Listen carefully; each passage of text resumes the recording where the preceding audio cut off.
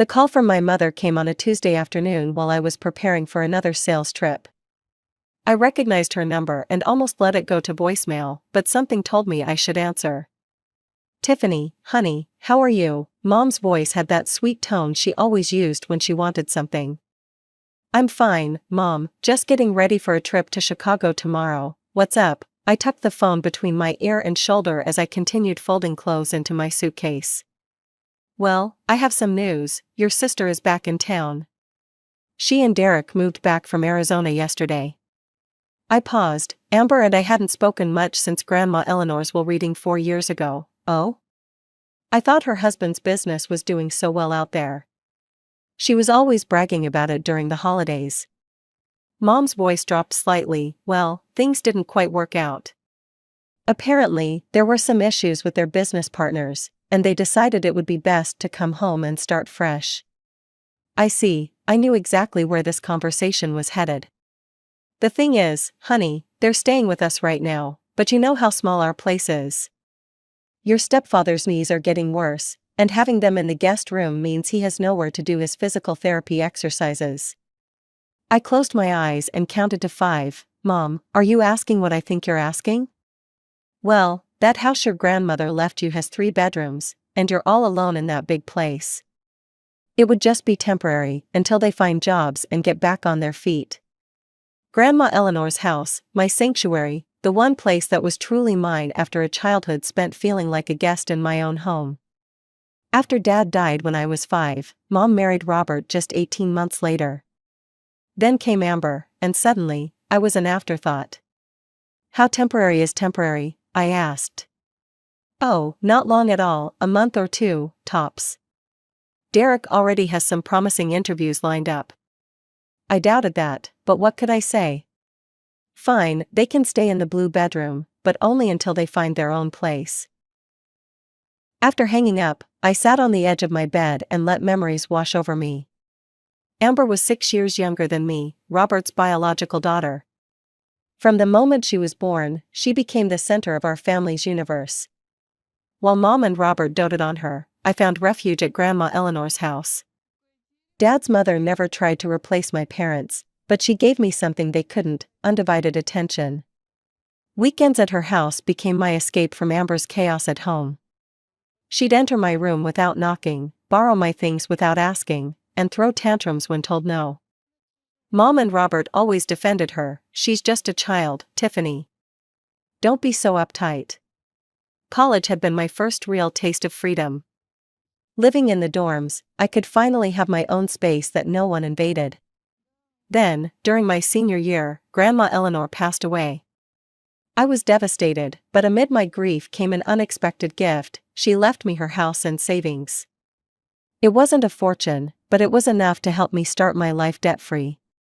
Amber's reaction was swift and entitled, "This isn't fair, we should sell it and split the money." "She wasn't your grandmother," I'd replied. "She was my dad's mother, not related to you at all." "But we're still family, Mom, tell her." And, true to form, Mom and Robert had gently suggested I consider sharing with my sister. I refused, and our already strained relationship fractured further. We barely spoke after that, except for obligatory family gatherings. I attended her wedding when she was 20, watching her marry Derek, a man 10 years her senior with family money and business connections. They moved to Arizona shortly after, and I was secretly relieved to have her even further from my life. Now, for years later, they were back, and soon, they'd be in my house. I finished packing for my Chicago trip with a sense of dread. My job as a sales representative for a medical supply company kept me traveling regularly, something I usually enjoyed. Now, those business trips would serve a different purpose: escapes from whatever chaos Amber would inevitably bring into my home. A week later, they arrived with 4 suitcases of designer clothes and accessories. Amber hugged me with artificial enthusiasm while Derek shook my hand firmly. I showed them to the blue bedroom and helped them unpack. As I hung up Amber's 3rd designer coat, I couldn't help thinking that selling just one of these items could probably cover a month's rent somewhere. At dinner that night, Derek cleared his throat. "I've got some promising leads already." I'm meeting with an old college friend tomorrow who works in investment banking. That's great, I said, genuinely hoping he'd find something quickly. Amber twirled her fork in her pasta. I won't be looking for work right away. I'm more of a homemaker, you know? I love taking care of the house and making things nice. I raised my eyebrows. Well, that's perfect then. Since you enjoy household chores, you can handle the cleaning, cooking, and laundry while you're here. Her face fell instantly. Oh, no, that's not what I meant. I like doing that in my own home. I'm a guest here, so. So you're a homemaker, but only when it's convenient. I couldn't help myself. Don't twist my words, she snapped. I just meant I'm still settling in. Derek jumped in to change the subject, and I let it drop. But I already knew how this arrangement would play out. Some things never change. 2 weeks into living with Amber and Derek, I'd established a routine: wake up early, leave for work before they got up, and return home as late as possible. It wasn't ideal, but it helped me minimize my time around Amber, who had already fallen into her old habits. Despite her claims of being a homemaker, I'd come home each evening to find dishes in the sink, clothes strewn across the living room, and no sign of dinner. Meanwhile, Amber would be sprawled on my couch, scrolling through her phone or watching reality TV. "Oh, you're back," she'd say without looking up. "Can you make something to eat? I'm starving." The first few times, I'd bite my tongue and make dinner for all of us. By the second week, my patience was wearing thin. "Amber, what did you do today?" I asked one evening after finding the house in disarray again. She shrugged, went to see Mom and Dad, then met up with Jessica from high school. "Did you know she has 2 kids now? Her life is so boring." "Did you have time to maybe run the vacuum? Or start a load of laundry?" "God, Tiffany, you're so uptight." "I've been busy reconnecting with people." "Besides, it's your house, shouldn't you want to keep it nice?" I had to walk away before saying something I'd regret. Derek, at least, seemed to be making an effort. He left every morning in a suit, returning in the evenings with stories about interviews and networking events. Whether he was actually job hunting or just avoiding the house, I couldn't tell, but at least he wasn't adding to my stress. When my boss called with news of a week-long business trip to Boston, I nearly hugged him through the phone. 7 whole days away from this situation sounded like paradise. The night before my departure, I made my expectations clear to Amber. "I'll be gone for a week," I said as I packed my suitcase. "I don't want any parties in my house while I'm away. No guests staying over, no messes that'll be waiting for me when I get back." Amber dramatically rolled her eyes. "Yes, Mom, anything else? No breathing your precious air? No sitting on your sacred furniture? Derek's got a second interview next week, so hopefully we'll be out of your hair soon anyway." I left early the next morning, trying to ignore the nagging feeling that something would go wrong in my absence. The Boston trip turned out to be a blessing. Not only did I get a break from the tension at home, but I closed a deal with a major hospital that would earn me a substantial bonus. My boss was thrilled, promising a nice percentage on top of my regular commission. "Great work, Tiffany," he said during our final call. "Take an extra day if you need it, you've earned it." I declined the extra day, booking the earliest flight home instead. Despite my concerns, part of me hoped that Amber and Derek had respected my wishes. Maybe I'd return to find the house in order and good news about Derek's job prospects. My flight landed late Sunday afternoon. The house looked normal from the outside as my taxi pulled up, which I took as a good sign. I unlocked the front door, wheeling my suitcase into the foyer, when I noticed something odd. There were 3 unfamiliar suitcases stacked by the stairs. Before I could process what this meant, I heard laughter coming from the living room. Not just Amber and Derek's voices, but others I vaguely recognized.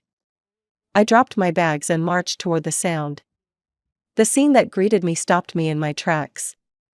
Amber and Derek sat on my couch, coffee cups in hand, across from an older couple I recognized as Derek's parents. All 4 looked up in surprise as I appeared in the doorway. "Tiffany," Amber's voice was unnaturally high, "we weren't expecting you until later tonight." "Clearly," I replied coldly, looking pointedly at the extra luggage in my hallway. "What's going on here?" Amber plastered on a smile. Oh, you remember Derek's parents, Roger and Linda. They decided to come visit us for a little while, isn't that nice? I opened my mouth to object, to remind everyone that this was my house and I hadn't authorized any guests, when Amber jumped up, grabbed my arm, and practically dragged me into the kitchen. Just give us a minute, she called over her shoulder before closing the kitchen door behind us. Have you lost your mind? I hissed. I specifically said no guests. I know, she whispered, her eyes pleading. But I need you to play along, just for a little while, 2 weeks, tops. 2 weeks? Absolutely not, I want them gone tomorrow. Please, Tiffany, her voice dropped even lower, I told them this house belongs to me. Derek played along. They've been treating me so much better since they think I have this nice place. After the business failed, they'd been so cold to me, blaming me for distracting Derek or whatever. This is helping us save face. My jaw literally dropped. You're out of your mind. I'm not playing along with this insanity. Please, she grabbed my hands, I'll do all the housework, I swear, I'll cook, clean, do laundry, everything I haven't been doing. Just pretend you're staying with me for a while because you're having work troubles. Please, Tiffany. I've never asked you for anything. I looked at her desperate face and felt myself wavering. It was ridiculous, completely insane, but somehow, I found myself nodding. 2 weeks, not a day longer, and you'd better keep your promise about the housework. Relief flooded her features. Thank you, thank you, thank you. I swear you won't regret it. We returned to the living room, where I was introduced as Amber's sister who was temporarily staying with her due to some work issues. Derek's parents nodded sympathetically, though Linda's eyes held a hint of judgment. Dinner that evening was takeout from the restaurant across the street, though Amber claimed she'd made everything herself.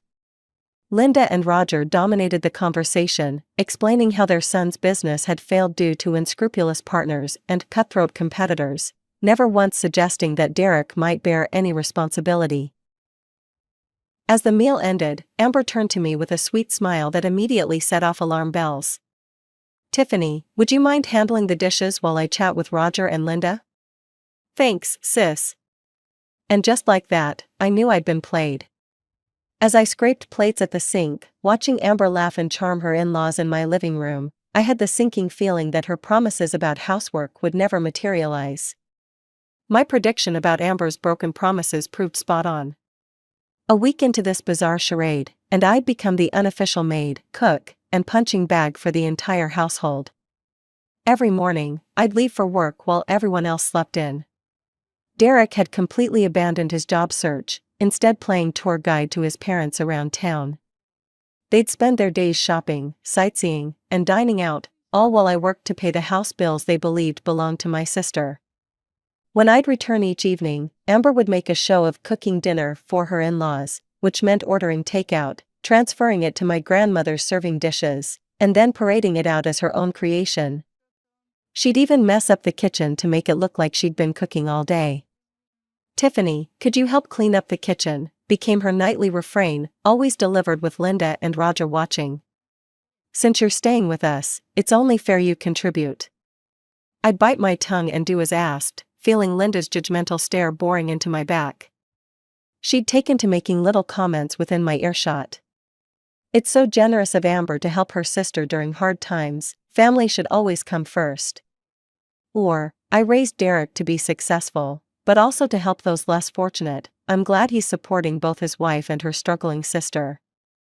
One evening, after a particularly exhausting day at work, I cornered Amber in the laundry room. This has to stop, I said. You promised you'd do the housework, but I'm doing everything while you play hostess in my house. She had the decency to look guilty. I know, I'm sorry. It's just that Linda has such high expectations, and I don't want to disappoint her. When are they leaving? It's been over a week, they need to go. I'll talk to Derek, she promised, but I could tell from her expression that nothing would change. That night, I received the monthly utility bills and nearly collapsed. The cost had more than doubled with 5 people in the house. Extra water usage, electricity running all day, heating kept at tropical levels because Linda was sensitive to cold. It all added up to hundreds of dollars more than my usual bills. I stormed downstairs, bills in hand, finding Amber alone in the kitchen. "Look at this," I thrust the papers at her. "The utilities have doubled, you need to pay at least half." Amber scanned the bills, her eyes widening. "I can't afford this. We don't have any money right now." "That's not my problem, you're all living here, using water and electricity all day while I'm at work. I'm not covering this alone." "Don't be like that," Amber whined, "we're family. Can't you help us out just this once?" My patience finally snapped. "No, I'm tired of this whole situation. If you can't contribute financially, then you need to at least do what you promised and take care of the house. But you haven't done that either. I'm sick of being taken advantage of." I hadn't realized how loud I'd gotten until I heard the front door open. Derek and his parents returned from their latest outing, catching the tail end of our argument. "What's going on here?" Roger demanded, his eyebrows furrowed. Amber's expression morphed instantly from petulant to victimized. "Tiffany doesn't want to pay her share of the bills," she said, her voice small and hurt. I stared at her in disbelief. After everything, she was still throwing me under the bus. Linda stepped forward, her face stern. "Young lady, I don't understand your attitude. Your sister has generously opened her home to you during your difficulties, and this is how you repay her? By refusing to contribute?" "That's not what," I started, but Roger cut me off. "Frankly, we've noticed your lack of gratitude since we arrived. Amber cooks and maintains this beautiful home, while you just come and go as you please, taking advantage of her goodness." My head was spinning. The sheer absurdity of being lectured about taking advantage of Amber, in my own house, was too much. Without another word, I grabbed the bills and retreated to my bedroom, locking the door behind me. I could hear them downstairs, their muffled voices rising and falling. I imagined Amber playing the victim, her in-laws comforting her, all at my expense. The injustice of it burned in my chest. When hunger finally drove me downstairs for dinner, the atmosphere was frigid. Linda and Roger barely acknowledged my presence, while Amber avoided meeting my eyes. Only Derek seemed uncomfortable with the tension, fidgeting with his napkin and attempting small talk that quickly died. Then Linda cleared her throat. "Amber, dear, my father has always taught me that honesty and respect are the foundations of any household." "Of course, Mom," Amber replied. "Which is why we feel we must speak up." Linda shot a pointed look in my direction. "We don't think it's working out having your sister here. She's clearly taking advantage of your hospitality, and frankly, her attitude is affecting the peace of your lovely home." I nearly choked on my water. Roger nodded in agreement. "You've been more than generous, but there comes a point where you have to put your own family first." "Derek agrees, don't you, son?" Derek mumbled something unintelligible, studying his plate intently. Linda continued, "We think it would be best if Tiffany found other living arrangements, soon." All eyes turned to Amber, waiting for her response. I watched her curiously, wondering if she'd finally come clean about whose house this actually was. She hesitated, her eyes darting between her in-laws and me. I could see the internal struggle playing out on her face. Then, with a deep breath, she turned to me. "Tiffany," she said, her voice unnaturally firm, "I think it would be best if you packed your things. I need you to move out in 2 weeks." The silence that followed was deafening. Roger and Linda nodded approvingly, while Derek stared at his wife in shock. Amber's eyes met mine, pleading silently for me to play along one more time. But something in me had finally snapped. I'd reached my breaking point. I slowly stood up, placed my napkin on the table, and looked around at the people who had invaded my life and my home. "No," I said quietly, "I don't think I will." The room fell silent after my refusal. Linda's mouth hung open in shock, while Roger's face reddened with indignation. "Excuse me," Linda finally sputtered, "this isn't your decision to make, young lady." I leaned forward, placing my palms flat on the dining table, my grandmother's table, in my house. "Actually, it is. Everyone in this room has exactly 2 days to pack their things and leave, and I mean everyone." Amber's face drained of color. "Tiffany, please, Can we talk about this in private? No more private talks, Amber, I'm done with the lies and manipulation. I turned to Linda and Roger. There's something you should know. I've let Amber and Derek stay here temporarily because they needed help, but this is my house. I own it, I pay the bills. Linda's eyes narrowed suspiciously. Amber, is this true? Amber looked like she might throw up. I can explain. You told us this was your house. Roger's voice had turned dangerously quiet. You showed us around like you owned the place. Derek finally spoke up. Dad, we were just trying to save face after the business failed. We didn't want you to know how bad things had gotten. The next few minutes were chaos. Linda and Roger shouted at Derek and Amber. Amber cried and tried to defend herself. Derek sat with his head in his hands, looking defeated. I stood watching the fallout of my sister's lies crumbling around her. Finally, I'd had enough. Quiet, I slammed my hand on the table hard enough to make the dishes rattle. I don't care about your family drama. I want all of you out of my house, now. Linda stood up with as much dignity as she could muster. We'll be leaving immediately. We wouldn't stay another minute in a house built on lies. She glared at her son and daughter-in-law. And you too, don't expect to come running to us after this humiliation. Within an hour, Linda and Roger had packed their bags and called a taxi. They left without saying goodbye to anyone, the door slamming behind them with finality. As soon as they were gone, Amber exploded. How could you do this to me? You've ruined everything. They'll never forgive us now. Me? You lied to them, Amber, you lied to me. You've been taking advantage of me since the day you moved in. I was desperate. Their approval means everything to Derek's future. Now we have nothing. That's not my problem, I said calmly. You have 2 days to find somewhere else to live. Amber's face contorted with rage. You've always been jealous of me, always. Just because Grandma left you this house. She left me this house because she was my grandmother, not yours.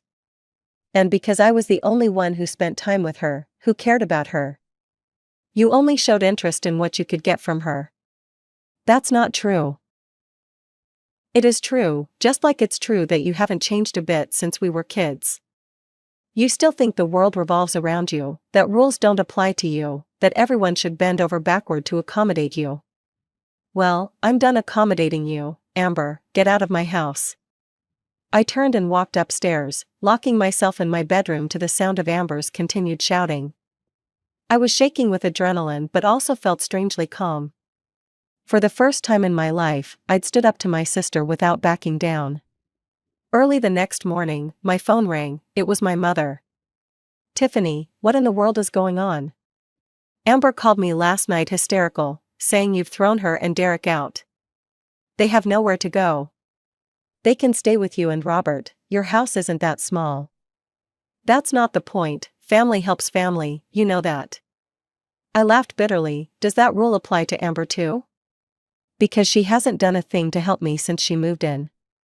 Instead, she lied to her in-laws, claiming my house was hers, and then tried to kick me out when they suggested it. I'm sure there's been a misunderstanding. No misunderstanding, Mom, for once, listen to me instead of automatically taking Amber's side.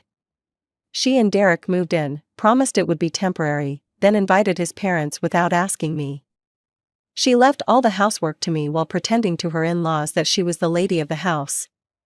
When I asked them to contribute to the doubled utility bills, she refused and then blamed me in front of everyone. My mother was silent for a moment. Well, I'm sure she didn't mean. I don't care what she meant. I've been more than generous, and she's taken advantage at every turn. They need to leave, today. Tiffany, please reconsider. No, and honestly, Mom, I don't want to hear from you or Robert either if you're just going to defend her like always. I'm tired of being the responsible one who never gets any consideration. I hung up before she could respond. It felt surprisingly good to finally stand my ground. By that evening, Amber and Derek had packed their belongings. They didn't say goodbye. In the following weeks, I heard through mutual acquaintances that Amber and her in-laws were no longer on speaking terms. Apparently, they'd told her she wasn't welcome in their home after the deception. My mother called several times, leaving voicemails that gradually evolved from demanding I apologize to awkwardly suggesting family dinner to clear the air. I deleted them all. 3 months after the blow-up, my house was peaceful again. The utility bills returned to normal, my work trips became enjoyable rather than necessary escapes. I redecorated the blue bedroom, converting it into a home office where I could work remotely when not traveling.